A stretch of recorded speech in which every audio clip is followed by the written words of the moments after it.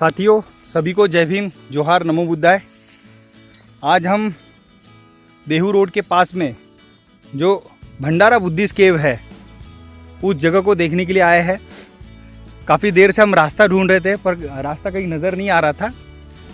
अब एक कच्चा रास्ता मिला है, वहाँ से कुछ समझ में भी नहीं आ रहा था, पर लोगों ने कहा कि यहीं पर नीचे में कहीं वो बौद्ध गुफाएं है, बौद्ध स्तूप है, तो उसी की खोज और प्रयास में हम अभी इस रास्ते से नीचे जाने का प्रयास करेंगे।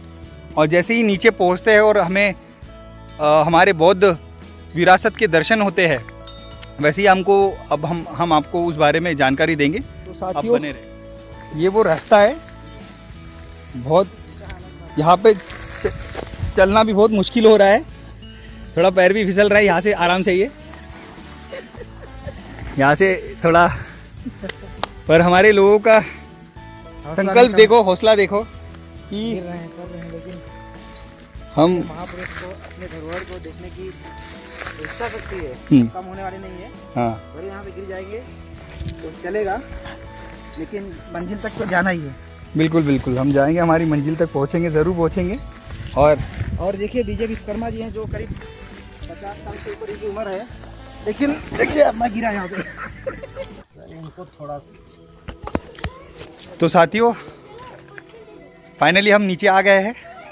ये पहाड़ की काफ़ी रास्ता समझ में नहीं आ रहा था और किसी तरीके से हमने ये रास्ता ढूंढा और अपनी जो प्राचीन बौद्ध सभ्यता है, आप मेरे सामने देख सकते हैं, वो स्तूपा का अवशेष आपके सामने ये दिख रहा है।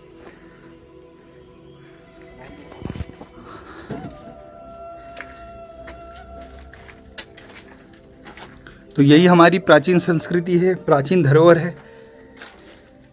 आज से लगभग 2 से 2.5 हज़ार साल पहले इस स्तूपा का निर्माण हुआ होगा, जब यहाँ पर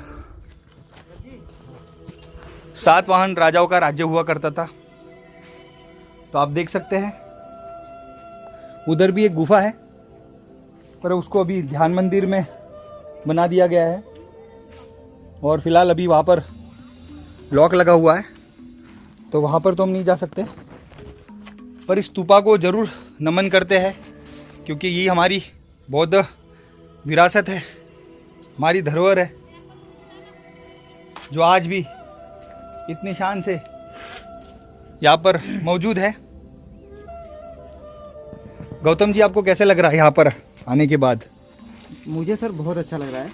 आपने जब पहली बार मुझे बोला था कि बौद्ध स्तूपा देखने जाना है, तो पहले तो ऐसा लगा कि कैसा होगा, कहाँ होगा, पर थोड़ा चढ़ाई, बहुत कठिनाई वाली चढ़ाई तो थी, पर यहाँ आके बड़ी ही प्रसन्नता हो रही है कि हमारे जो महापुरुष थे, जो बौद्ध अनुयायी थे, जो बौद्ध भिक्षु थे, उन्होंने अपनी विरासत को लंबे टाइम तक जिंदा रखने के लिए ये स्तूपा यहाँ बनाया है। ये हमारे आने वाली पीढ़ियों के लिए एक बहुत बड़ी प्रेरणा का काम करेगी। हम आने वाले समय में हमारे जितने भी बौद्ध उपासक उपासिकाएं हैं, ऐसे ऐसे धरोहरों को नमन करना चाहिए, इसको बाहर निकालना चाहिए ताकि इसका प्रचार प्रसार बढ़े और जो बचे हुए बौद्ध स्तूप हैं वो लंबे टाइम तक हमारे लोगों के बीच में रह सके। हमारे साथ विजय विश्वकर्मा साहब हैं, जो भारतीय बौद्ध महासभा के सूरत जिला कोषाध्यक्ष हैं, बहुत अच्छे कार्यकर्ता हैं। अपने विचार रखें सर। जय भीम, नमो बुद्धाय। आज तक तो हमें मालूम ही नहीं था कि ये बौद्ध स्तूप क्या होता है। इतनी उम्र हो गई पर मालूम नहीं पड़ा बौद्ध स्तूप क्या होता है, और जब सुना तब ये इसको जानने की इच्छा हुई कि होता क्या है, आखिर ये कैसे होता है। आज 2000-2500 साल पहले का ये बना हुआ बौद्ध स्तूप 2000 आज भी खड़ा है, पर इसको जानने वाले बहुत ही कम बच्चे हैं, कोई इसको बताने वाला नहीं है ये है क्या। हमारे पूर्वजों के द्वारा ये निर्मित किया हुआ बौद्ध स्तूप, अभी ये हम लोग कोशिश कर रहे हैं कि इसको हम जन जन तक पहुंचाएं, इस बात को कि हमारे महापुरुषों के द्वारा ये बनाया गया बौद्ध स्तूप जी कितना पुराना है और किस तरह से अभी पड़ा हुआ है। यही सारी बात लोगों के पास तक पहुंचनी चाहिए कि हमारी बौद्ध विरासत क्या थी इसके पहले। आज जो हमें बताया जाता है वो क्या है और ये सब क्या है, इसके बारे में जानना जरूरी है। कि 2500 साल पहले से जो चीज़ चली आ रही है वो क्या है, और जो आज हमें पढ़ाया लिखाया बताया जाता है समझाया जाता है वो क्या है। इसके विषय में हमें जानने की ज़रूरत है, तर्क करने की ज़रूरत है,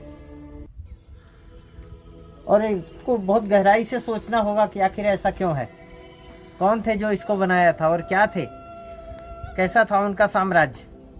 इन सारी बातों पर गौर करना होगा और तर्क करना होगा अपने आप से, समाज से, जो आज समाज में चल रहा है उससे हमको सीखना होगा कि क्या सत्य है और क्या असत्य है। ये सारी बातें जानने की ज़रूरत है बहुत ही एकदम ढंग से।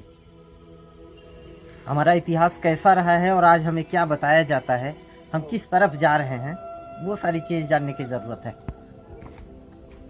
तो साथियों, जैसे कि मैंने बताया, ये स्तूपा सम्राट अशोकाकालीन ये स्तूपा है, क्योंकि सम्राट अशोक ने ही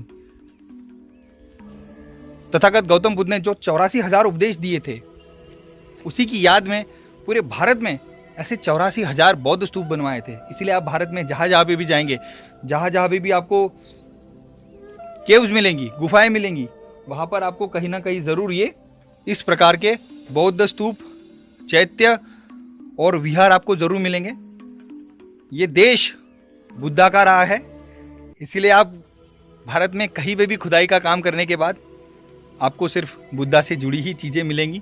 और ये एक हमारे बौद्ध विरासत का जो ये स्तूप है, ये उसका एक प्रतीक है हमारी बौद्ध परंपरा का, कि आज से 2 से 2,500 साल पहले जो ये पूरा भारत जब बौद्धमय था, तो उसका ये प्रतीक है। यहाँ पर हमारे बौद्ध भिक्षु लोग रहते थे, और भारत में जितने भी आपको बौद्ध स्तूप, चैत्य या फिर गुफाएं मिलती है, वो आपको ऐसी जगह पे मिलेंगी ना जो गांव के पास में है और ना ही गांव से ज़्यादा दूर।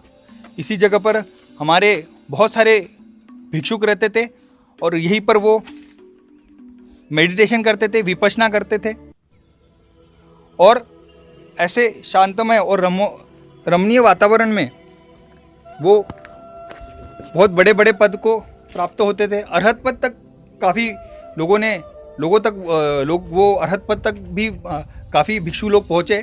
तो यही हमारी विरासत है। इसीलिए साथियों, मैं फिर से आप सभी लोगों से दरख्वास्त करूँगा कि जब भी आपको मौका मिले कि आप अपने प्राचीन भारत के इतिहास को ज़रूर जानने की कोशिश करें, क्योंकि यही हमारा इतिहास है, यही हमारी धरोहर है। और बाबा साहब ने कही सही बात कही थी कि जो कौम अपना इतिहास नहीं जानती वो कौम कभी अपना इतिहास नहीं बना सकती है। तो साथियों, आओ और अपने इतिहास को जानने की कोशिश करो। जय भीम, जोहार, नमो बुद्धाय।